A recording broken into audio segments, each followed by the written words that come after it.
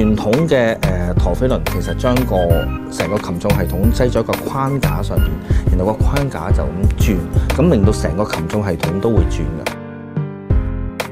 呢一隻 XO2 Beyond 為咗唔想成個擒縱系統擠上去個框架度，因為咁樣會太重啦。咁所以咧，其實佢就將一部分只係將個蓮花輪啊，同埋一啲擒縱叉擠喺個框架上邊。個擺輪其實唔係嘅，即係個擺輪個重量冇加諸喺呢個框架上邊。咁所以令到成個框架可以做得更加細個啦。OK， 咁所以咧轉起上嚟咧可以更加慳力啦咁樣。咁呢啲係一啲佢哋全新嘅發明，即係咁耐以嚟幾百年歷史以嚟咧，陀飛輪都未試過係咁嘅樣。